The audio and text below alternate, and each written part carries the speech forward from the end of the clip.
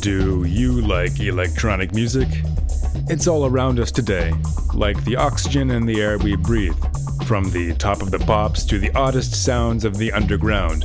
But from where and when did it originate? 1980s England? What about 1970s Germany? Could it be 1960s America? 1950s Canada, perhaps? Surely no earlier than 1940s Egypt. And yet, here we are. If you're interested in discovering exactly how deep this rabbit hole goes, tune into SynKult every other Tuesday from 10 to midnight for a vista of electronic sound from the field's pioneers to its current cutting edge, all placed in historical and cultural context by me, your guide, DJ G.R.R.L. From musique concrète to minimal wave, space rock to speed garage, acid house to ambient, you'll find it all on SynKult.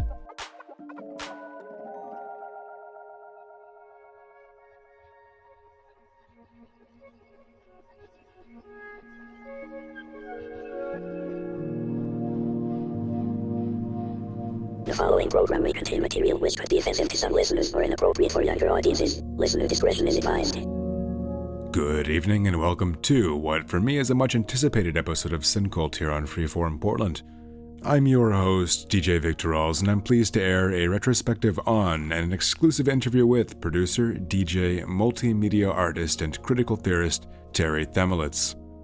Many people's first conscious exposure to Thaemlitz is one of the many speaking appearances, lectures, and interviews she's done over the years, which less scrupulous journalists and media people often give scandalous titles like the DJ who hates DJing or the producer who hates music. While these titles are gross oversimplifications, they contain more than a little truth. A critical impulse and a disciplined commitment to what Thaemlitz describes as political negativity permeates her spoken and written rhetoric, live performance, and music. Since emerging from the New York queer underground house music and sex worker support networks in the early 1990s, Thaemlitz has used her art as a scalpel to dissect the violence, hypocrisy, and false utopianism that comprises the structure of the culture industry, cis-heteronormative lifeways, and often folds back on avowedly political art and mainstream queer culture in disappointing ways. Thaemlitz has been involved in a variety of political organizations, including ACT UP and the queer communist sound art collective Ultra Red.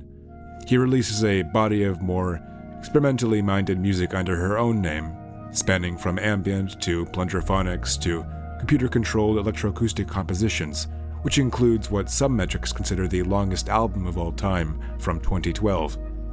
As DJ Sprinkles, he produces and DJs classic New York, New Jersey deep house. This is in addition to a smattering of other aliases such as G.R.R.L and K-She that adorn smaller musical projects.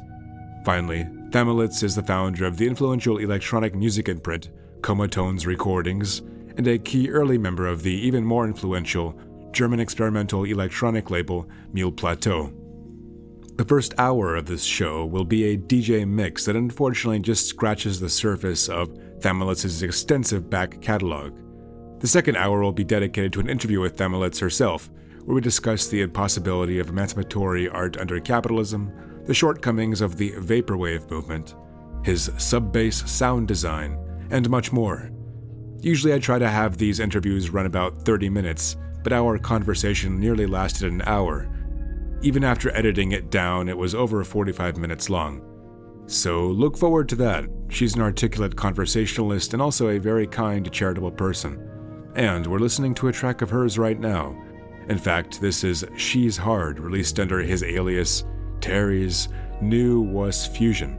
It was released on his Comatones Recordings back in 1998.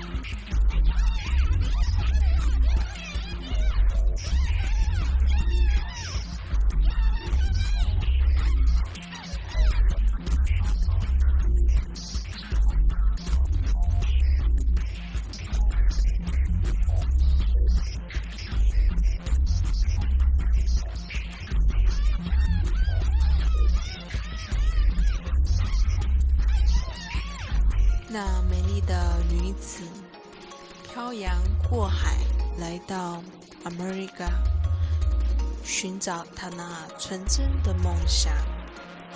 当有一天她遇见一位男子从 City Smoke 走出来，那男子对她说：你好吗 Chinatown？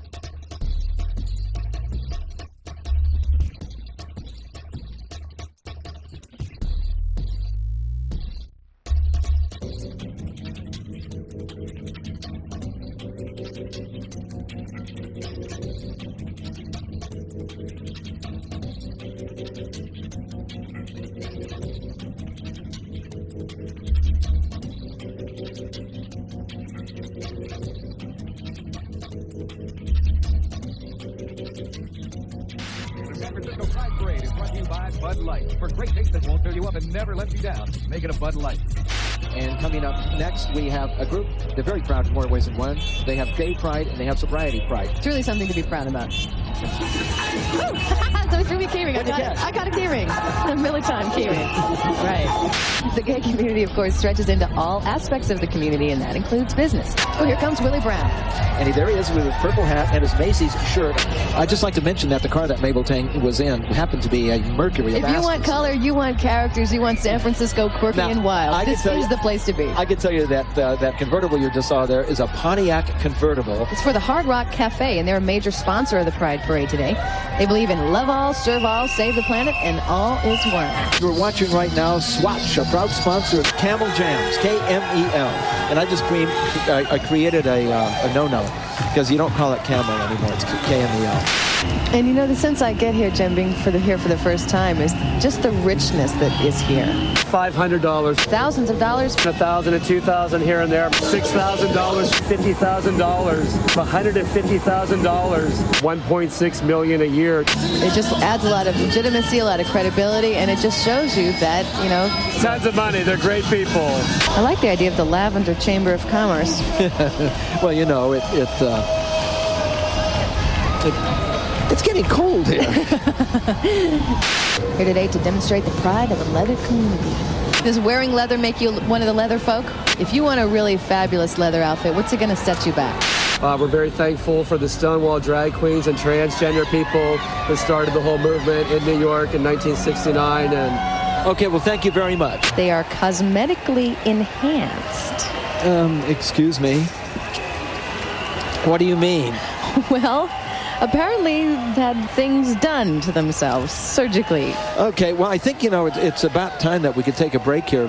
The San Francisco Pride Parade is brought to you by Bud Light. And therefore, Kenny, do you take this woman, this is a woman? For the great taste that won't fill you up and never let you down. I do. Make it a Bud Light.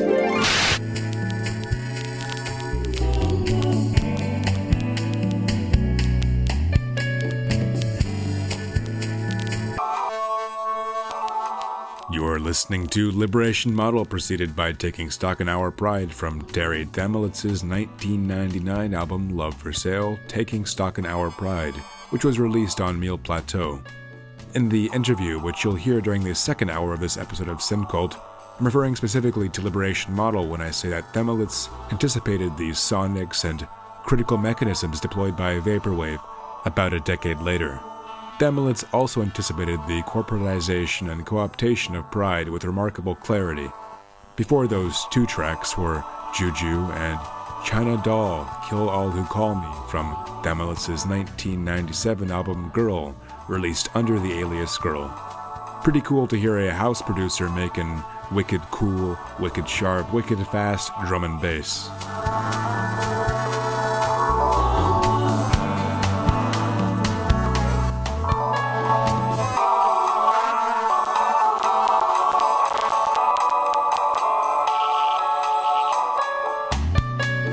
It is not our purpose to make people feel intimidated or prevented from taking new actions.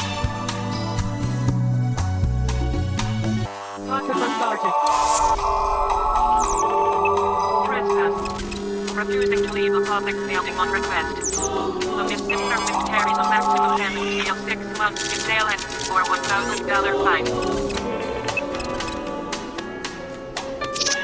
Resisting arrest. Assaulting an officer. Whoever forcibly assaults, resists, intimidates, or interferes with any federal officer while engaged in, or on account of the performance of official duties, shall be fined not more than $5,000 or imprisoned not more than 3 years, or both.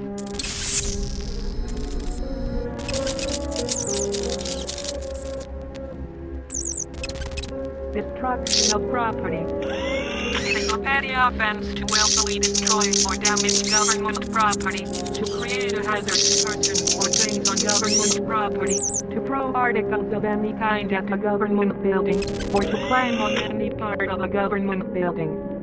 Willful injury to government property is a misdemeanor punishable by a fine of up to $1,000 and imprisonment for up to 1 year if the damage is less than $100. If the amount of the damage is more than $100, it is a felony punishable by a fine of up to $10,000 and imprisonment for up to 10 years.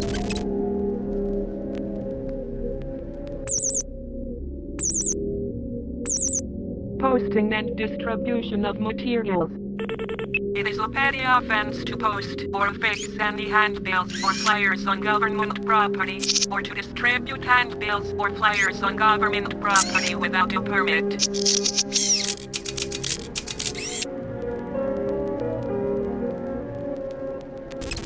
Taking photographs.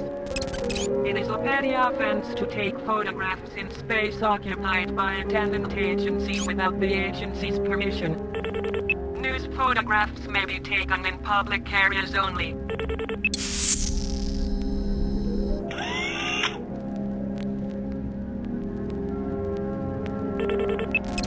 Civil disorders. Riots. Serious charges which pertain to acts of violence.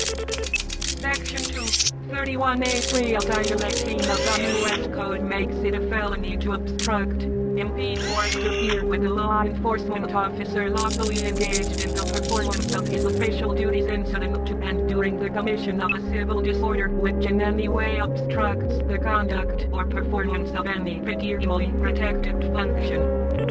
A civil disorder is defined as any public disturbance involving acts of violence by assemblages of 3 or more persons, which causes an immediate danger of or results in damage or injury to the property or person of any other individual. Conviction under this law carries a penalty of up to 5 years imprisonment and a fine of up to $10,000.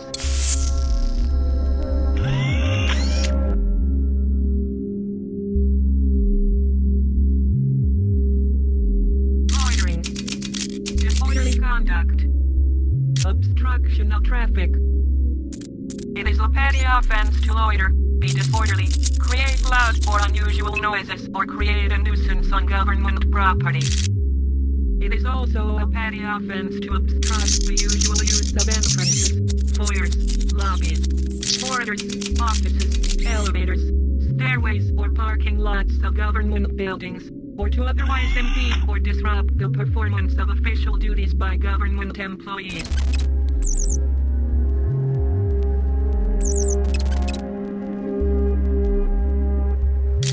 False statements. Making false statements in any matter within the jurisdiction of any department or agency of the United States is a felony punishable by a fine of up to $10,000 and for imprisonment of up to 5 years. 18 U.S.C. Section 1001. Giving a false name to the person who arrests you, if he or she is a federal officer, could be considered a violation of this law.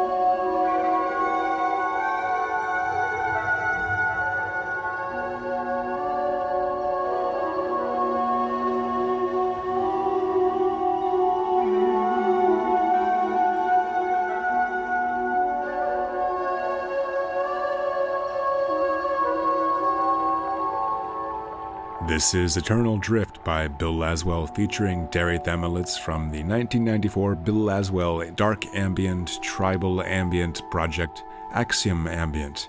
The collaboration came about from Bill Laswell cold calling the then 24-year-old Terre Thaemlitz after being blown away by her 1993 debut. Before it was Aging Core, Aging Periphery from Thaemlitz's album Soil, released on Instinct Ambient in 1995. The story behind Soil was the story of Instinct Ambient getting more than they bargained for. The label assumed that Thaemlitz would provide another disc of palatable, quasi-new age ambient, a booming mid-1990s industry mass-produced for rave, chill-out tents, and Whole Foods Market checkout counter CD racks. By contrast, Soil is uneasy listening that lampoons the genre it exists within, and also forces the listener to engage with uncomfortable topics like sexual violence and mass shootings, though neither topic figures in this particular track. Beginning the block was Facilitator by Terre Thaemlitz from his 1997 album Couture Cosmétique.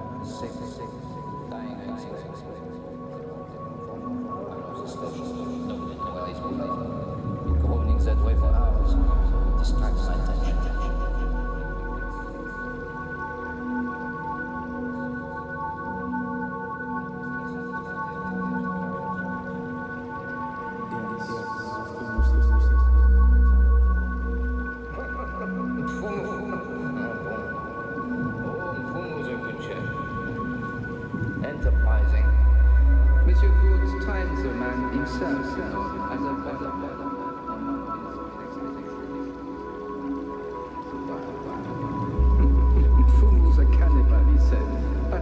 pleasant fellow. Help yourself to an aperitif. Speak to me. What is going on inside? What is he doing? Ash, what is he doing?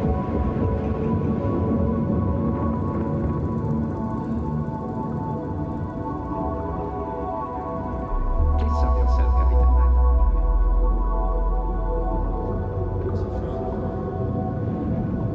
The innermost station.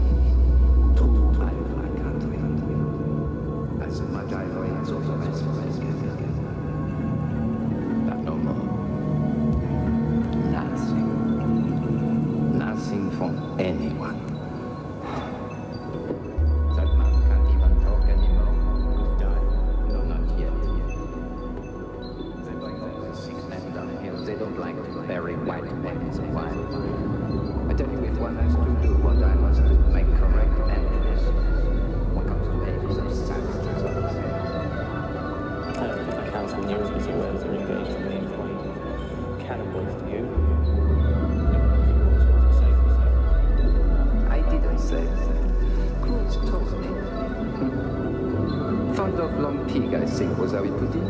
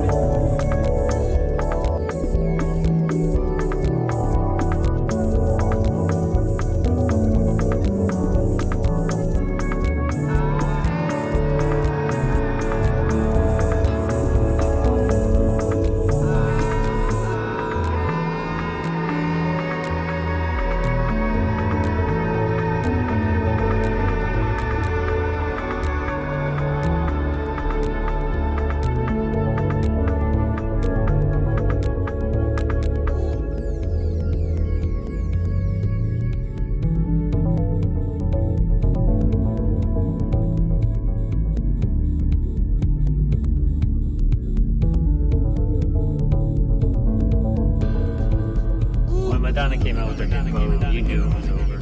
She'd taken a very specific, queer, transgender, Latino, and African American phenomenon and totally erased that context with lyrics about how it makes no difference if you're black or white, if you're a boy or a girl. And Madonna was taking in tons of money while the queen who actually taught her how to vote was sitting at a table in front of me broke. So if anybody requested Vogue or any other Madonna track, I just told them no. This is a Madonna-free zone. And as long as I'm DJing, you will not be allowed to vote to the decontextualized, reified, corporatized, liberalized, neutralized, asexualized, regenerized pop reflection this dance floor is reality.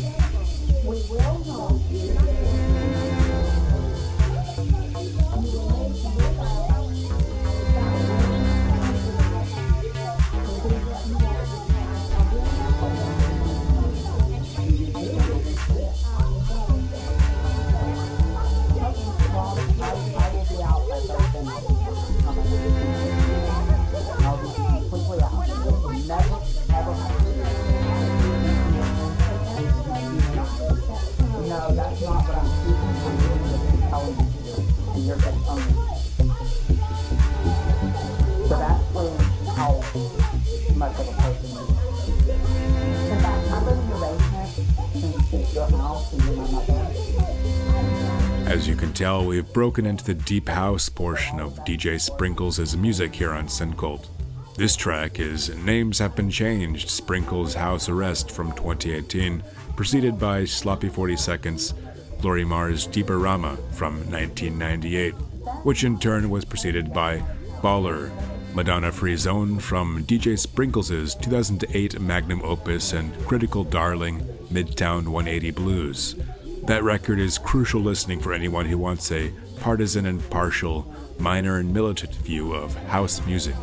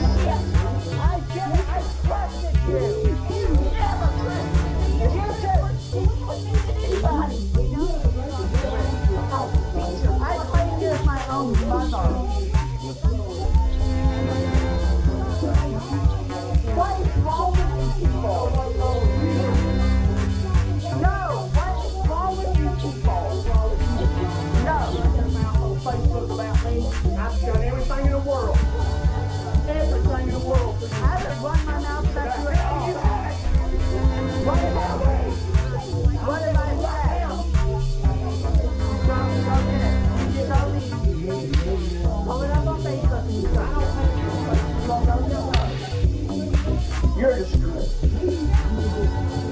I'm not a display. Yeah, you are. No, I'm not. Unfortunately, I'm sorry to say that you are.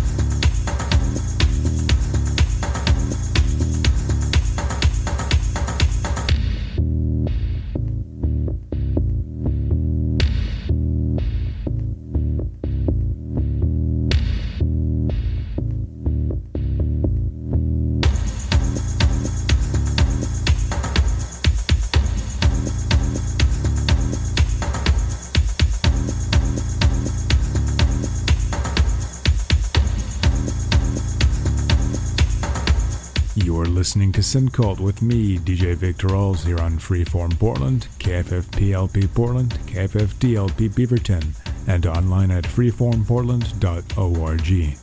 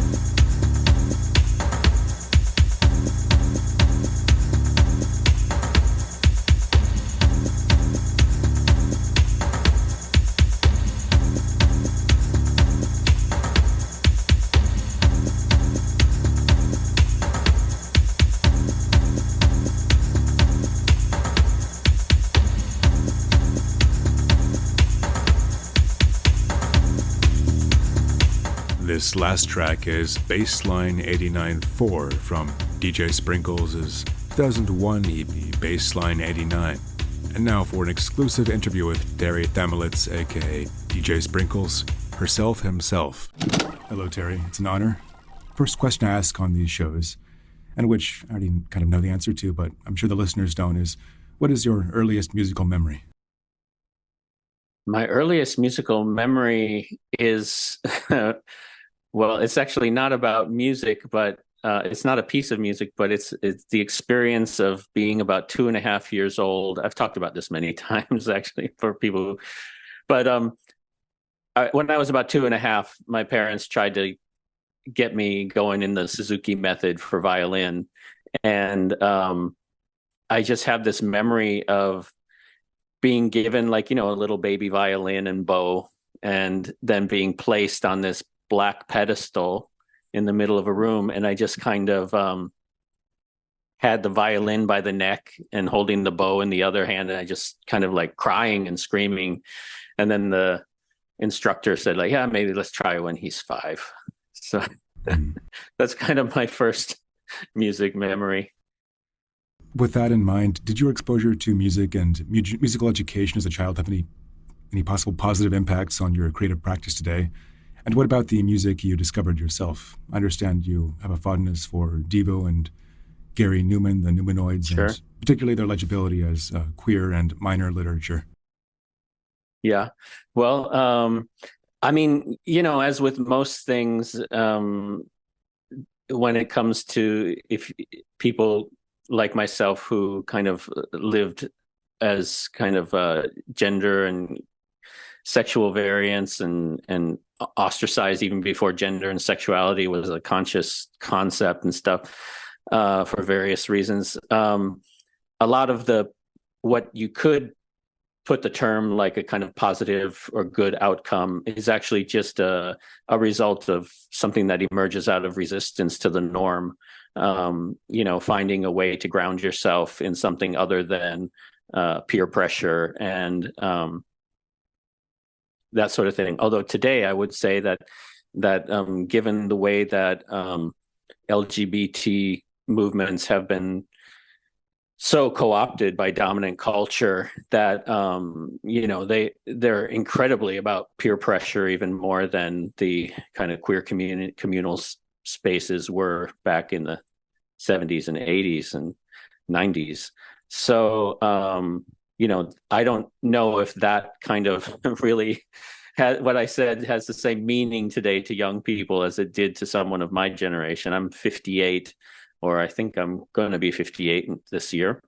So, I realize that it's a different relationship between queerness, gender, and mainstream culture than what was going on during my childhood. And for me, that's also kind of like a kind of tragedy in the sense that I think a lot of the potential for cultural critique and things that people kind of perform in LGBT spaces today, in a kind of performative, ego-driven sense, lacks the actual countercultural and self-preservation drive that was imperative to my era. Today, it seems much more kind of co-opted and performative. This makes sense, and this actually dovetails with a question I have later, which I may as well ask now. Do you have any thoughts on the newer Gen Z and millennial queer club milieu, hyperpop, fifth wave, emo, and so on? The music and also, again, the milieu that supports it and it's supported by? If you listen to these things. Yeah, I don't listen to it. My interactions with young queer people tend to be more through, I guess, European art spaces and art scenes and things, less the clubs. That makes sense. Yeah. So jumping back to the 80s, did you discover house music before or upon arriving in New York City? And I believe it was 86, is that right? That's right, it was 86. I didn't know what house music was as a term. I mean, my collection might have had one or two things that I would put in the genre, but it really was something that came out because I was in New York. My experience with house music was very much a New York one, not the kind of Chicago or Detroit one. And I think something that a lot of people, when I see things online sometimes or hear people say things where, they're always kind of trying to talk about the patient zero of house music and where it came from and like this kind of pure origin and stuff, when actually right, the singular artistic genius behind the sound. One guy made this. Right, as if it wasn't actually about like social and communal situations, So that again is a kind of individualist fantasy that we can always trace these things back down to a kind of individual genius that just so happened to be a musician in the trajectory of Western canonical music. I mean, it's like, that's a model of musicianship that is very boring to me. And so when I talk about, the New York house scene and things going on there, it doesn't mean that I'm arguing against the existence of other different things going on in completely different scenes in other places. That's how social enclaves work, is that they each have their own things going on and they have different things going on. And, but for me, I knew about house music through New York, and it was also very influenced by, of course, hip hop and breaks, and the hip house movement New York was a big place for hip house and stuff. Todd Terry, Rob Bass, and I assume you've read "Love Goes to Jungle Buildings Brothers on Fire." Sorry, could you say that again? Have you read "Love Goes to Buildings on Fire"? I might be butchering the title slightly. No, I'm not familiar. 70s musical CNES or melting pot that kind of birthed these genres. House, hip house, why am I blanking on it? The various forms of Latin and dance music that sprung up in the 70s, the punk and proto-punk scene and so on. I've read portions of it. I digress. This isn't really... You probably know more about some of the stuff than I do. So in terms of that, I've read books. Stuff, so. You lived it. You were there. For the good, the bad, and the ugly. Speaking of which, like the thing about being in those situations too is that you have, you get into the thing that you're interested in, and you create a very kind of refined awareness of the things that you're into, and you also kind of really can stay away from other things that don't fit into that, so both for social and also simply aesthetic reasons. Sure. One thing I wanted to ask is related to this. You make this distinction with Vocal House and the intro to Midtown 120 famously. Does it apply in your vision to Chicago House as well? My impression is that most of that was pretty vocal forward, early Mr. Fingers and Larry Heard's tracks, though it is definitely saccharine in the way you describe. Or is it specifically about New York house sound, or sounds, perhaps? I think it's about music in general. I mean, just growing up, where everything is a fucking love song in almost any genre. It's like, the songs that really stand out are songs that kind of aren't your typical love song or aren't a love song at all, like a Wreck of the Edmund Fitzgerald or something like that, something that really had in a completely different genre, sure. Songs that deal with something other than fucking individualist bourgeois romance family bullshit. So right. And also, as a queer person in that era, everything was coded. So, like a lot of disco and dance music and stuff was produced and sung by queer people, but everything was coded in terms of like still being like, like a he-she couple. And, so the straight people could listen to it as a straight song, and queer people knew that, okay, this was the top and the bottom, or the butch and the femme. And that was just understood, and now if you kind of explain that to people, I think that people today kind of lack a queer ear for music, because there is so much kind of like overtly queer music today compared to what was going on then. That's interesting. Back then, the kind of scarcity of directness also related to a kind of scarcity of visibility, scarcity of cultural, seeing yourself in the mainstream cultural landscape. When everything's technicolor, then the differentiating between shades of gray and tan is harder, finding the subtext in the text. Though, of course, you also say that a lot of maybe newer queer club culture, music culture can be quite normative on its own terms. Yeah, I'm not so involved in the club scene specifically because I live in Japan. I don't get flown in by, most queer clubs don't have the budget to fly people around the world. It's unless you're talking about real fucking gross pride shit, Right. So that's kind of, why I'm just on a logistical basis, not connected to what's going on in Western queer clubs, because there's no chance for me to play in those sorts of clubs. But I do also at the same time, of course, I follow the trajectory of like the whole kind of rhetoric around safe spaces and the kind of way that that has kind of fed into all clubs, and even some places having you do these signing contractual declarations of safety and all this sort of stuff. And it's really bizarre for me it was a couple of years ago in an interview with Octa that I talked about, the difference between kind of contemporary safe spaces and that model versus what I would consider to be queer clubs as risk spaces, places that you actually kind of took a social risk in going to those places and taking the risk of being seen at those places and that sort of thing.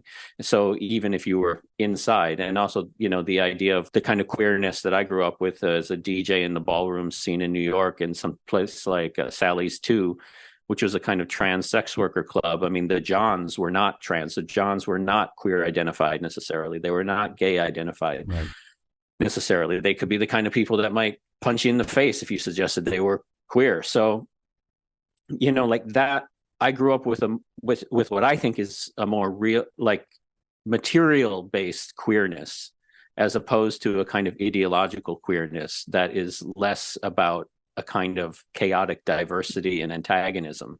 Sure.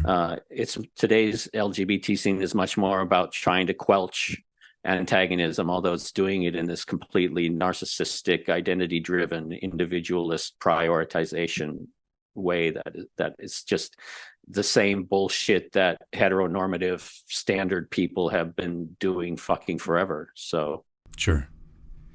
You've said in the past that foundational queer night spots were closer to battered women's shelters than their more dominant framing today as havens in a heartless world. I'm kind of tongue-in-cheek cribbing off of Christopher Lasch here.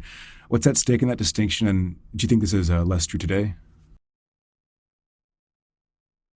Well, so yes, I think it's less true in the sense that that the clubs were more, the people who went into the clubs were more diverse in terms of because there wasn't this incredible cultural systemic infrastructure around identification and a kind of like your indoctrination into queerness in the past came through a kind of rejection of normality, of the standard.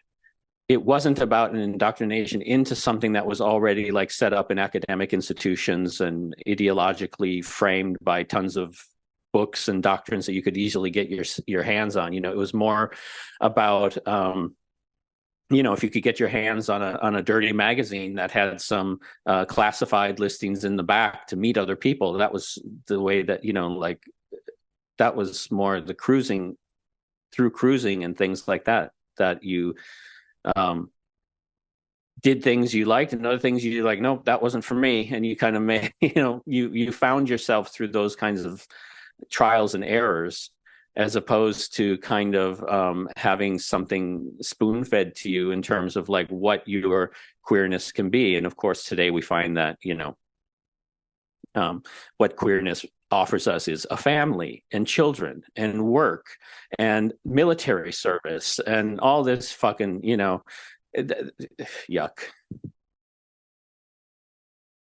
This is a multi-part question from a friend of mine, and you can feel free to tap out if you're, this is about, again, contemporary queer club milieus and advice there. Do you have any advice for queer partygoers and musicians? It has become prohibitively expensive to go out, much less start your own venue, and the rent seekers of America have made regular low-cost and renegade shows much less viable than in the past. Do you have any insight into the future of venues, and do you think that digital parties in places like VR Chat, Fortnite, and Minecraft have any meaningful future? What I would say is that if it's no longer culturally possible or relevant, find something else to do. Find another way to be subversive. Find another way. Don't feel any burden to carry on with a tradition. Feel free to make your own different media and things that relate to cultural resistance. For me, that's what's more important. I don't care about partying or dancing in the sense of celebrating. Who gives a fuck?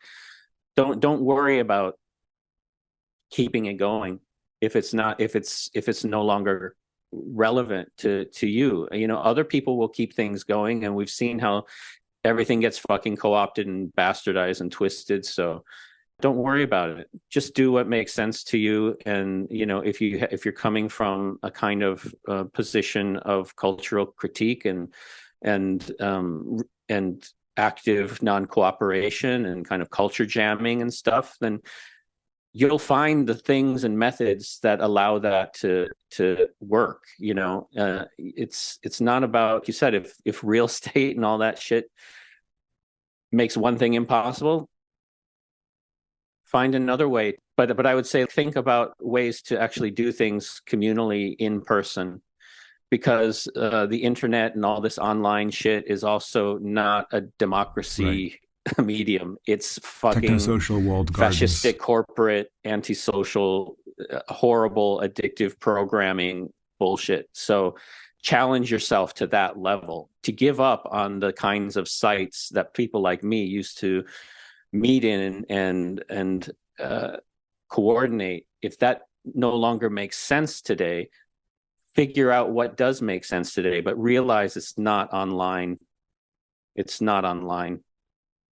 Those are useful words. Thank you. I think my friend will appreciate that.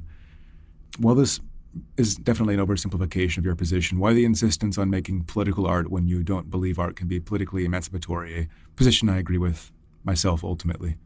Well, it's more about the fact that nothing can be apolitical. For example, if you make music or if you make art, and if you don't interject any kind of critical take on what you are producing, then that just means that the dominant cultural rhetoric around that thing is what becomes your express politic.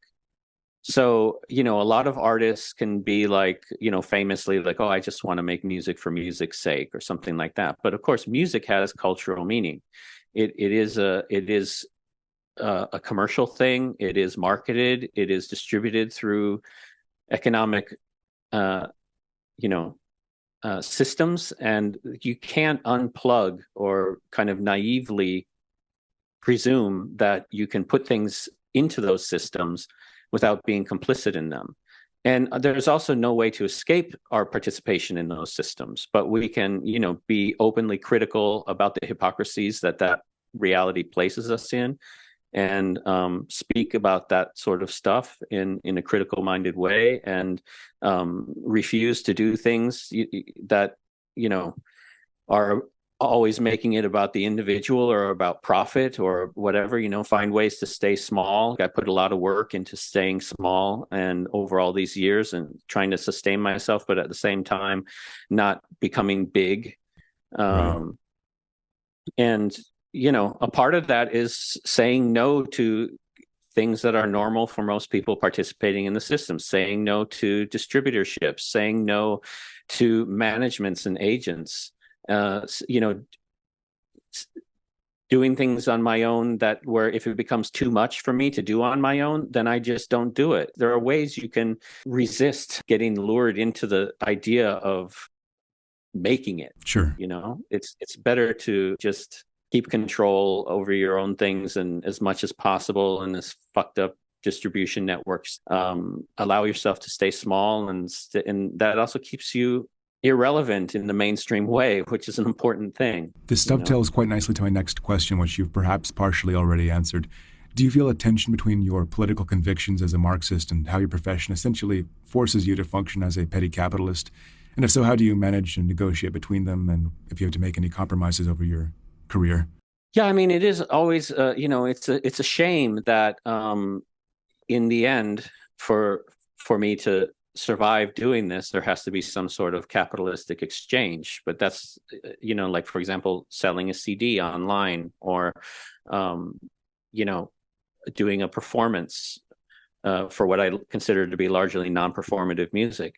But those are hypocrisies of the system. And so I've spent a lot of time in my texts and things, in interviews, discussing the problems of that, and unpacking the idea that that creative industries are also work, are also labor, and getting away from the idea of this idea that anybody in a creative industry is doing what they love. Stockholm syndrome. So, I mean, I think on a propagandistic level, people in creative industries are really the poster children of capitalism, because it's like the people who've kind of quote unquote made it are the people who can sustain themselves through creative quote unquote work, are kind of proof that capitalism can work in a way, that you can live out your dreams and do what you love. But everyone points to the artists, the small entrepreneurs.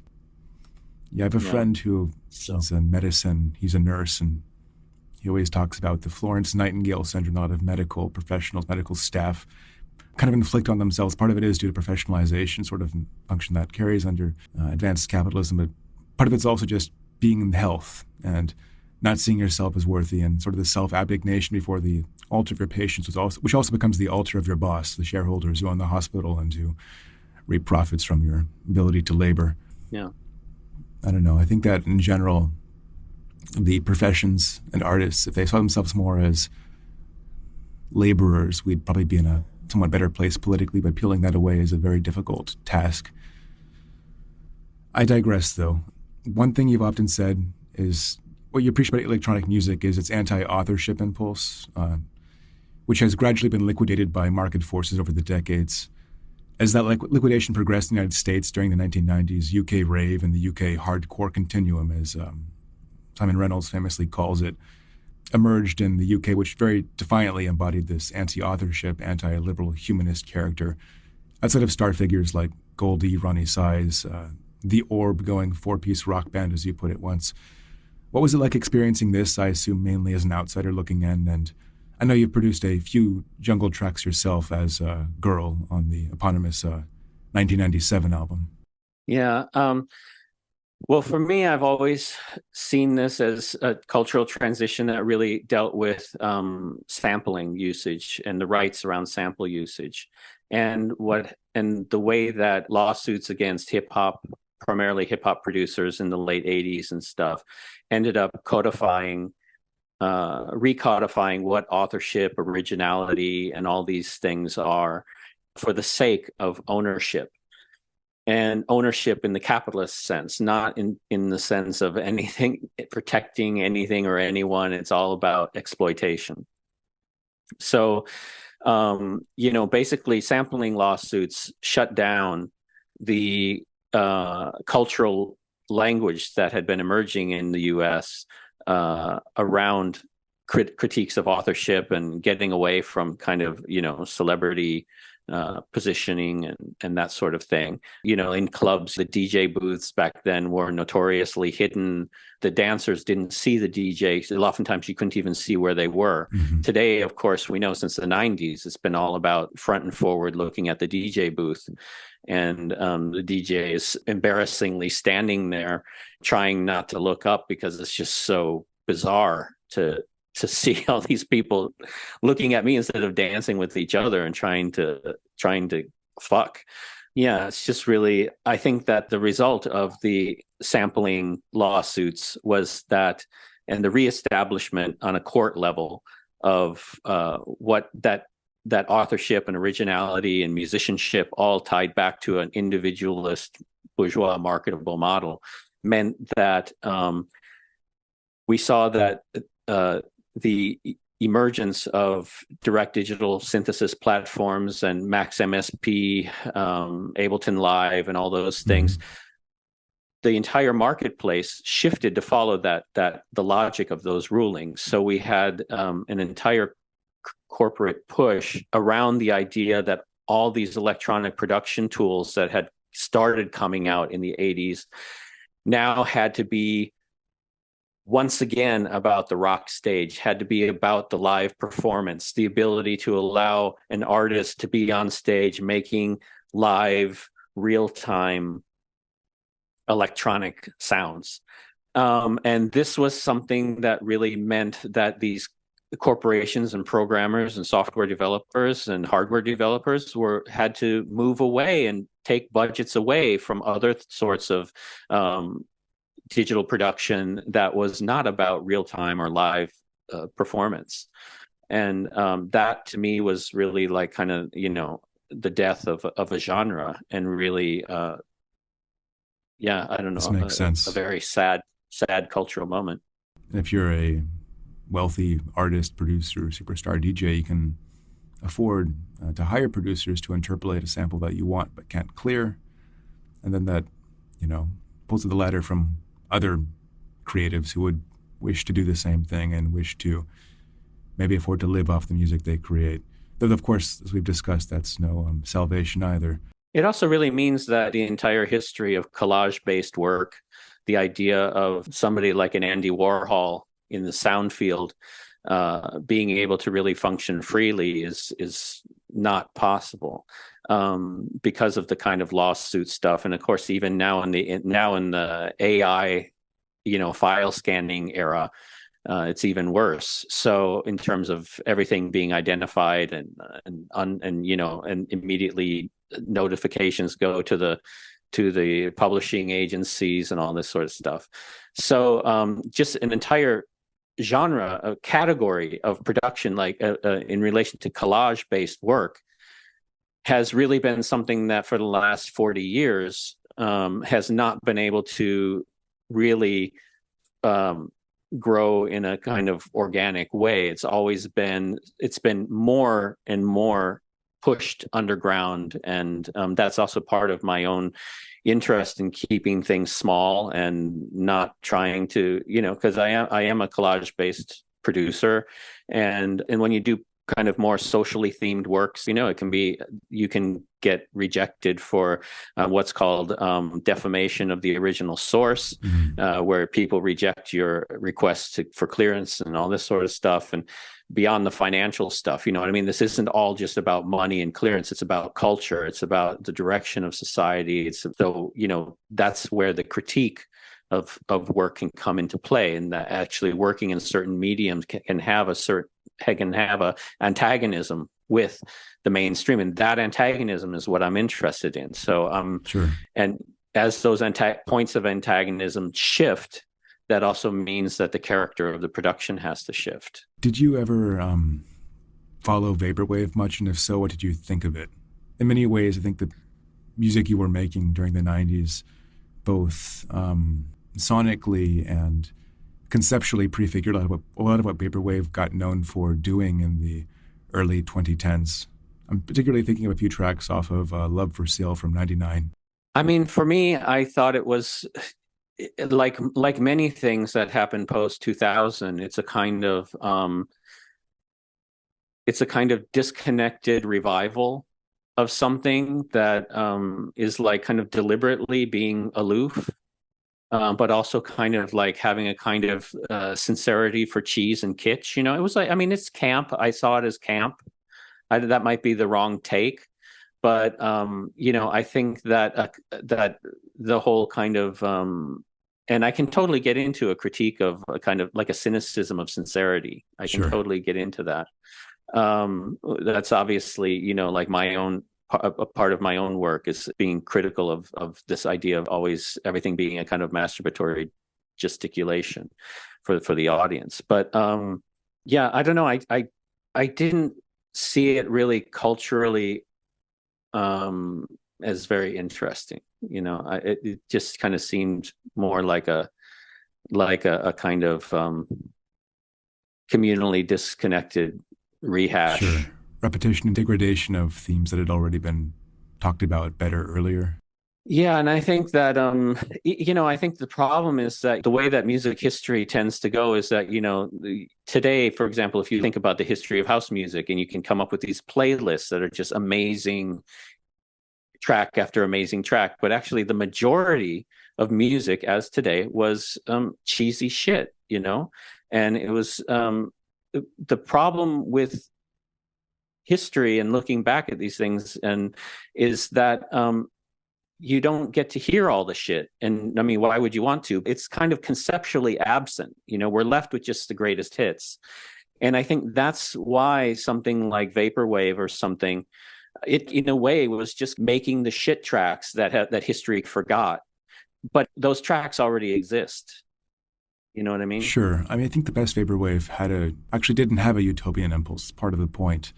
But, sort of exactly this very tragic free play of signs from advertising material, a critique, yes, of, I guess, the lost digital utopianism of the 90s and 2000s, which by 2010 was already very clear that they were for naught, that Facebook was taking over the world, that Instagram and Twitter would be next, that, these sorts of things. I don't know, I guess it's something that I grew up with as a foundational experience, and a lot of Gen Z people can't help but look back at as being something important from when they were just getting online. Then that said, it's also very aesthetically driven. It was the first genre to really live and die on the internet. And when you can go from pregnant music to outrun keychains and desktop wallpapers in the span of 3 or 4 years, and Azalea Banks scraping the style for music videos, that shows a certain lack of vitality, perhaps. It's something that maybe one can only get with the alterity and durability of a physical on-the-ground scene, which again just didn't exist for vaporwave and is increasingly difficult to swing for any other new genre of music. But this is your interview. I'm sorry, I shouldn't be talking. This is all good. I mean, I think that what it just kind of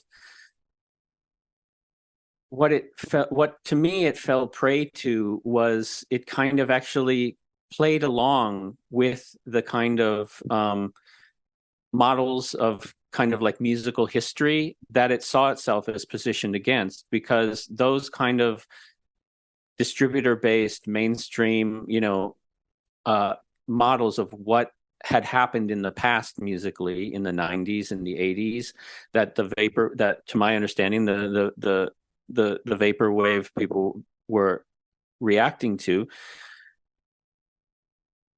they were kind of buying into the idea that what they were being presented with as historically coming from that era was what all there was, when in fact there was this massive like 90% or more shit pile of things that basically, that like we people who lived in those eras know that there was tons and tons and tons of shit. Sure. And it seemed to me that, and of course it's like most people fake it as if that's not, even a lot of DJs and stuff like that act like, oh, it was such a great time and the music was amazing.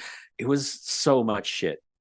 And I just always felt like the kind of early 2000s producers would have been much better served by if there were more people doing what I was doing, by talking about the shit factor and being more exposed to that shit factor. Because it seemed to me like a lot of what was going on in the scene was kind of an ideological reconstruction of what people imagined shit to be, which was the humor of it, right? I mean, that was the kind of humor of it, and the aesthetic, the visual aesthetic of these acidic colors and the horrible graphics, and like deliberately so, right? It wasn't to say it was horrible is the point,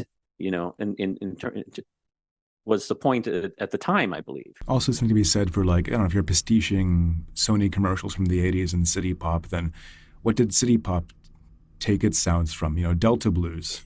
Who made Delta blues? Why was it made? Why did it reach Japan the way it did? What does this mean about racial capitalism and immigration and cultural imperialism and legacy of slavery in the American South and so on? You wouldn't know by listening to city pop. You certainly wouldn't know by listening to vaporwave. No, these are useful critiques, I think. The fact that I don't like a genre or something isn't in any way to belittle one's own attachments or experiences to the genre. If something has a different kind of importance for you and stuff. I think that one of the things that happens as you get older, and is that you live through the loops of culture, and you see how so many things rotate on a 10, 15, 20-year loop. By the time something comes around in your life for the third, fourth time, you have a very different take on it and a very different capacity for enthusiasm than the first three times. So this is something that is not meant to piss on things, but it's just like on a realistic level, something that I think is difficult for younger people to, I know it would be impossible for me to have understood when I was young, to have somebody pointing out histories of electronic music and sound work that predated the things that were very enriching to me and motivating to me when I was younger. So, this isn't about being like cranky and out of touch, but I mean, there really are these things that kind of understandings that come through witnessing the looping of culture over time. And that is an interesting thing. And something I think to really be conscious of as you go through life. Keep track of the fashion trends, when one type of pant cut goes out of style and when it comes back, something like that. Like, plot the timelines as you live, when you hear certain types of music, when certain themes come about, culturally and musically and aesthetically. Plot them. Touché. And that doesn't mean that like when I talk, of course, when I was talking about something like to me, is my understanding of vaporwave and all that stuff was that it was a kitsch movement, which means that, that it was actively, I mean, which of course is something that drag is about, it's also, I can relate to it from the queer perspective in terms of course, the fascination with kitsch and all that. But kitsch is also about a conscious awareness that you're peddling in shit. This idea of cherishing cultural shit It's a reaction against the things that mainstream dominant culture actually places value on and wants us to place value on, right? That's the punk movement behind it, right? The punk gesture is to say, hey, no, I'm more interested in this shit than actually that thing that you're telling me has cultural value. That gesture is what's vital. It's not the actual sound or genre itself. It's the cultural gesture behind it. Sure. That's about critical rejection that I find interesting. Deterritorialization of the punk ethos, perhaps. This makes sense. This is helpful. I think the best vaporwave does pedal in kitsch the way you describe, but not a lot of it. And it was quickly subsumed by the market, by the peddling of aesthetics and so on. I do have a different question, though, one that a friend wanted to ask, namely about your low-end sound design and interest in spatialized stereo sub-bass that you've said translates poorly to most club sound systems. He believes it is physically impossible to design a stereo sub-bass sound system in a club setting, and wonders if you could name a couple clubs that you've played in that execute this well, if so. And also, he wants to know if this is why you prefer to spin at Public Records in New York as opposed to nowadays. Very specific question, kind of a leading question too, but if you have any thoughts. Yeah, well, okay, so most clubs almost universally have their low frequencies in a mixed mono channel that combines left and right.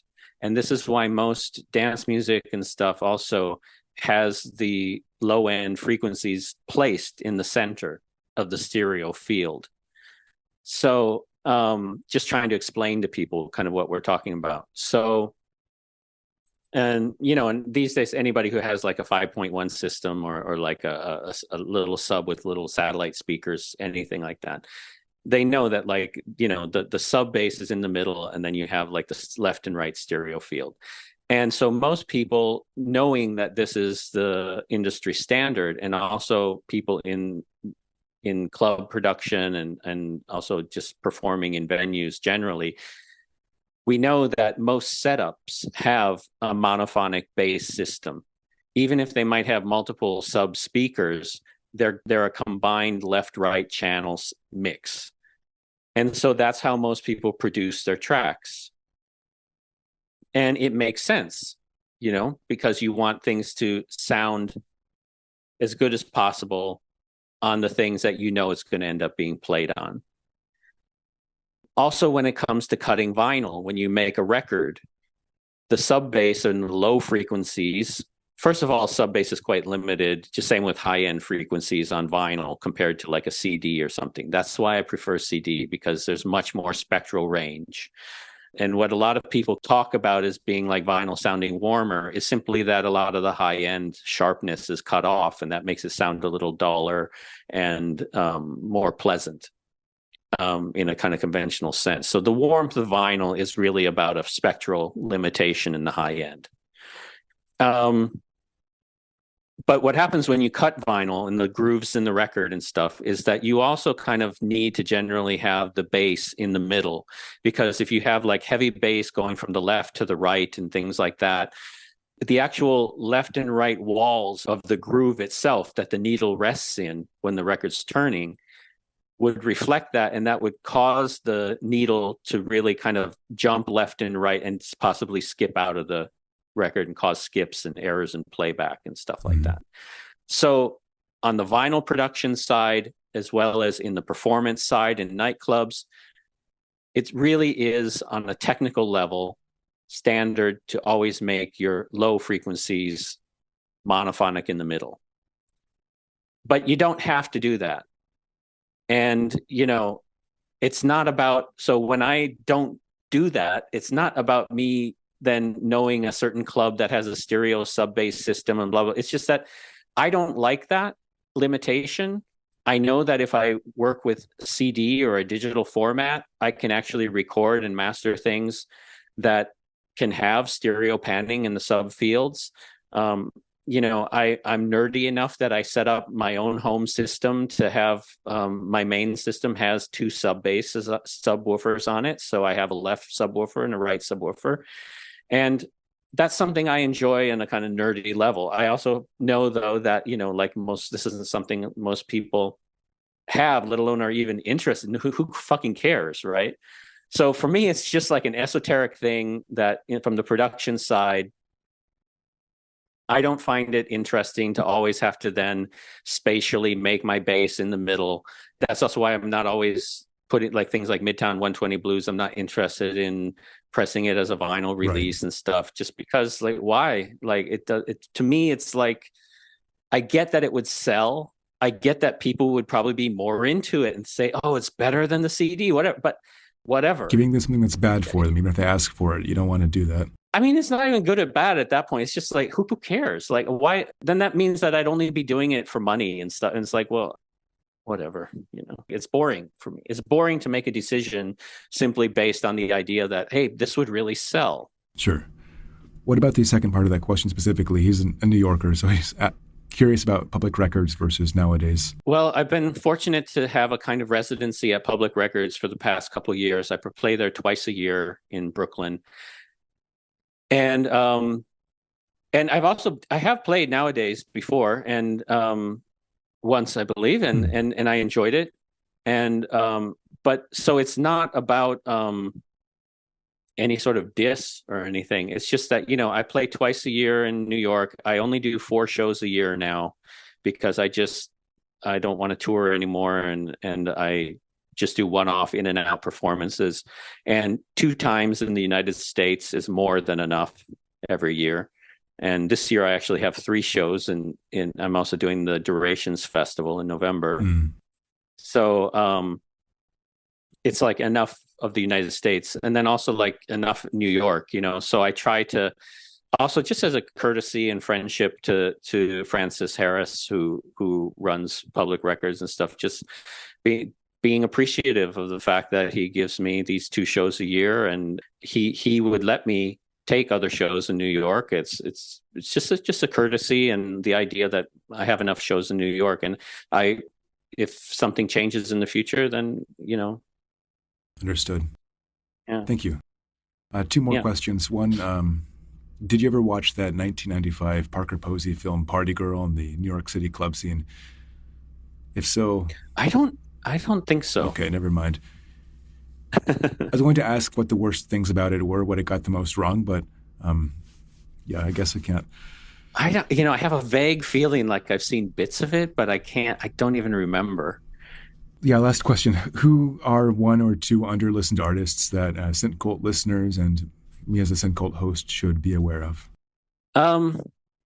I think so. The 2 people who kind of come to mind are both house producers, not so much like the electroacoustic stuff and things like that. But perfectly all right. I play plenty of house on the show. Yeah. So Jacob Orberg is one, Ohrberg, and another is FKA boursin, who is which I think FKA is what formerly known as, but I don't know if that's the meaning there. But it's Henry Murray. And he's also been recently doing some stuff with Francis Harris on Scissor and Thread, which is nice. So that's kind of starting to get out. Jacob's stuff is only available. I think he had 1 self-release vinyl or something, but it's only through his Bandcamp. But they're 2 producers that I really like what they've been doing, and quite small still. So. Thank you. That's helpful, and I'll drop those on my show at some point, most certainly. Well, Terry, thank you for your time. And this has been me, DJ Victor with SynKult. And there you have it. I hope you found that conversation as edifying to listen to as I did participating in it. In retrospect, I wish I pushed a little harder on some disagreements I have with Thaemlitz, which would have made for an even richer conversation. Namely, her characterization of vaporwave and his position that everything is political. With the former, I think the best vaporwave absolutely embodies the critical, anti-spectacular position towards its source material and the whitewashing tendency of nostalgia that's also found in drag and other cultural forms that Thaemlitz finds useful. With the latter, the problem I see with everything is political is that it usually defaults to an immobilizing neo-Gramscian worldview where politics is downstream of culture and the best we can do is endlessly raise consciousness to the choir. but debating with someone when they aren't around to reply is kind of rude, so I'll put a pin in it for now. One final track tonight, Frank and Tony's Housebeat dub of Listless Intertext by F.K.A. Boursin, one of the underlistened producers Thaemlitz recommended near the end of the interview. As always, I've been your host, DJ Victor.R.L with SynKult. Please enjoy, and good night.